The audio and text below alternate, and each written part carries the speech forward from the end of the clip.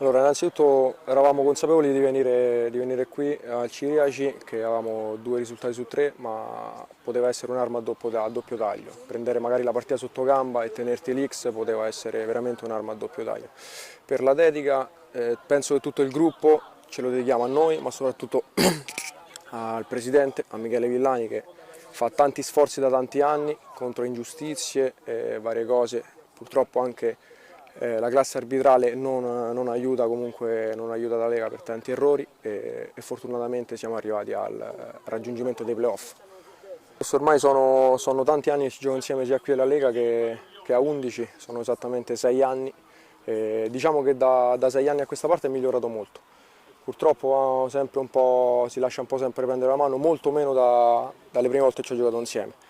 È migliorato tanto, per noi è importantissimo, e infatti cercavamo anche di calmarlo perché magari ha sbagliato in quel momento, ma poi è l'uomo più buono del mondo.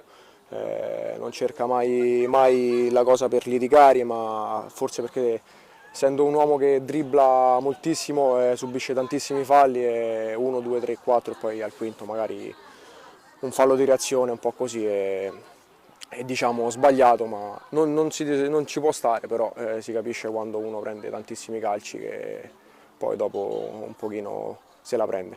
Per quanto riguarda quando l'ho visto entrare in campo, fortunatamente mi è venuto il sorriso perché so che anche con l'infortunio che aveva poteva darci una mano, come ci ha dato una mano, perché per noi un uomo come lui che crea superiorità numerica in tutte le azioni nostre offensive è importantissimo.